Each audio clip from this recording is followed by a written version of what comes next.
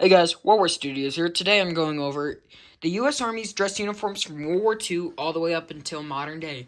This will not be including the Army Green Service uniform, aka the pinks and greens, because I do not have that in my collection.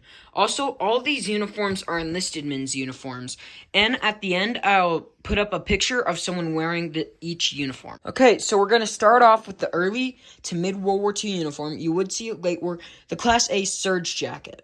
It was a wool uniform used for enlisted men. Early models would have black leather belts around the waist, but later models did not have this. It's like this one right here. They would have gold buttons, and they would have collar discs on the collar. So now let's go on to the Ike jacket used in late World War II and in the 50s. And here is a picture of someone wearing this type of uniform. Right here, we have the Ike jacket, used in late World War II and the Korean War. It was also adopted by the Air Force, but this is Army time. So, this was most famously worn by General Eisenhower and was modeled after the British battle dress uniform. It was cut off at the waist and was used late World War II and Korea. Here is a picture of someone wearing this particular uniform onto the Vietnam era. Now, this is the uniform of the late 50s in the Vietnam era. It is the Army Service Green uniform. This uniform is made of wool, like the World War II Class A, and serge jacket.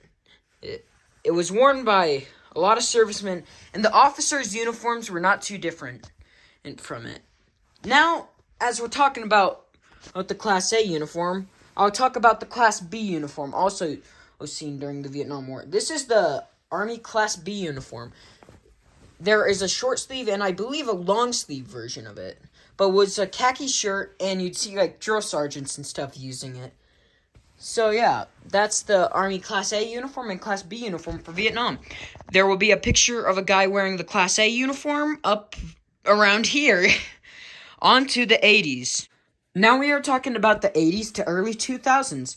So I'm not going to spend too much time on this because it's basically the U.S. Army green uniform used in Vietnam, but they'd have a garrison cap or a beret used. But yeah, instead of being made of wool, it was made of like polyester with a bit of wool in it.